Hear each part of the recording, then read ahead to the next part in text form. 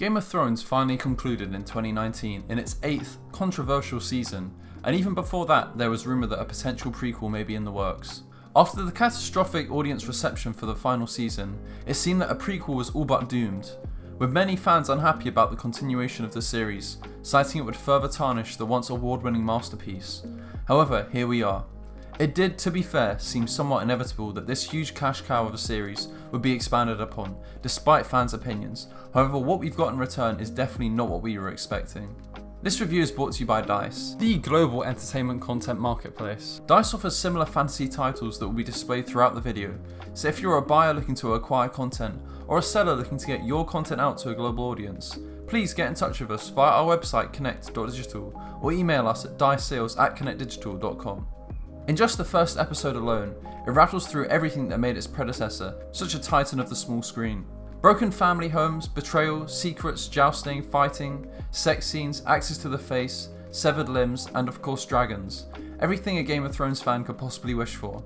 The series remains as captivating as it is gruesome, with amazing performances from Millie Alcock as Rhaenyra Targaryen and Paddy Considine as Viserys. The standout performance, however, comes from Matt Smith as Daemon. It could be argued that Game of Thrones has always thrived off the strength of its villains rather than the virtue of its heroes. And Matt Smith's character perfectly personifies this, a man bitter over the rejection of the crown's procession, who nevertheless can't quite betray his family name to achieve the power he so desires. He undoubtedly is a nasty piece of work, a misogynist and sadist, however at the same time exhibits vast, complex, deep emotions that do occasionally present him as a redeemable character, or at least someone you can never expect what their next move may be. Perfect for keeping the audience invested and ensuring they're in store for some major twists and turns. This completely blows some rival series out of the park, where at the moment it seems all too standard to have a villain with no ambiguity to his desires. Good examples like this come from the new Lord of the Rings series. We know what Sauron wants, complete control over Middle-earth, and Darth Vader in Obi-Wan wants to annihilate the Jedi and control the world. It really leaves out a major opportunity to intrigue the audience, as in these shows the only characters with ambiguity are the protagonists. Perhaps the only initial complaint some audiences have with the new series is the lack of different narratives in the story. With Game of Thrones having many different interweaving tales, it seems thus far House of the Dragon just has one. Some people have even speculated this has been done so that other stories can be made into its separate series to make more money, especially with HBO revealing 6 Game of Thrones inspired shows are in the works. This idea, however, may be a bit far-fetched.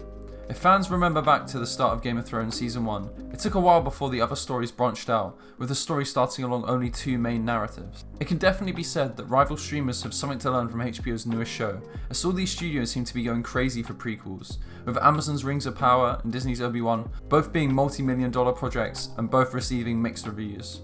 Probably one of the hardest things that both these shows have failed to do, and House of the Dragon has succeeded in, was not just identifying what made the originals so great, but also building upon them, just enough to give audiences something refreshing but also familiar. The reliance on special effects on a big budget to carry these series could also be used to explain their shortcomings. Despite the clear huge budget for House of the Dragon, the focus still remains on the dialogue rather than the action. There are bloody beatings and sprawling fights, with one particularly epic battle scene, but after the opener, most of this is about whispered conversations and heated discussions over betrayals and loyalties, and which children should marry in order to minimise the political fallout. There's a lot of dialogue, whereas these other series seem to rely on the special effects to carry their show, which for most audiences usually ends up with a pretty 2D, predictable, bloated production piece at the end.